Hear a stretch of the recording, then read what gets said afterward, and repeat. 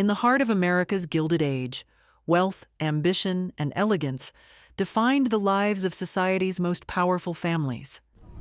But what would a day look like if you were a lady of this era? Your morning would begin not with an alarm clock, but with the quiet footsteps of your servants. Silver trays carried tea, toast, and fruit to your bedside.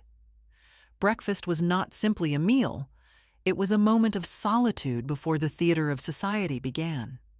Newspapers, freshly delivered, carried news of Wall Street, new railroads, and European affairs. A lady was expected to be informed, graceful in manner, yet aware of the world beyond her gilded walls. By mid-morning, preparation for the day truly began. Fashion was a language of power, and every garment was a statement. Parisian silks, imported lace, corsets laced tightly by maids. Nothing was left to chance. Which gown would you wear? One for a luncheon, another for an afternoon carriage ride, and perhaps a third for the evening's grand ball.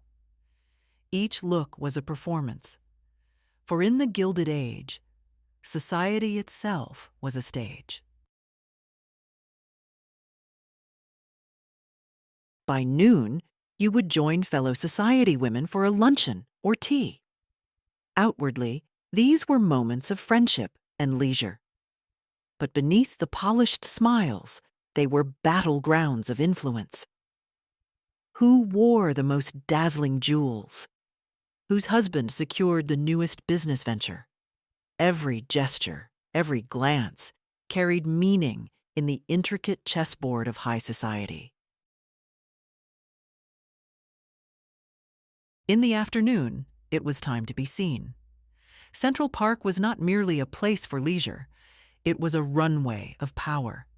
Carriages rolled past each other in slow procession, ensuring that names, faces, and reputations remained visible. To be absent was to risk being forgotten. To be present was to reinforce one's place among the elite. Beyond fashion and display, a lady of the Gilded Age was expected to support charitable causes and cultural institutions. Hospitals, schools, and the opera thrived under the patronage of society women. But make no mistake, these acts of generosity also strengthened family reputations and opened doors to further influence. Beneath the elegance, strategy was always at play. And then, the pinnacle of the day, the evening ball. Hosted in the grand mansions of families like the Vanderbilts or the Astors, these gatherings were spectacles of wealth. 1,000 candles might burn in a single ballroom. Orchestras played waltzes, while alliances, both social and marital, were quietly negotiated beneath the glitter of diamonds. Here, reputations were made, and futures were decided. As midnight passed, the performance of the day came to an end.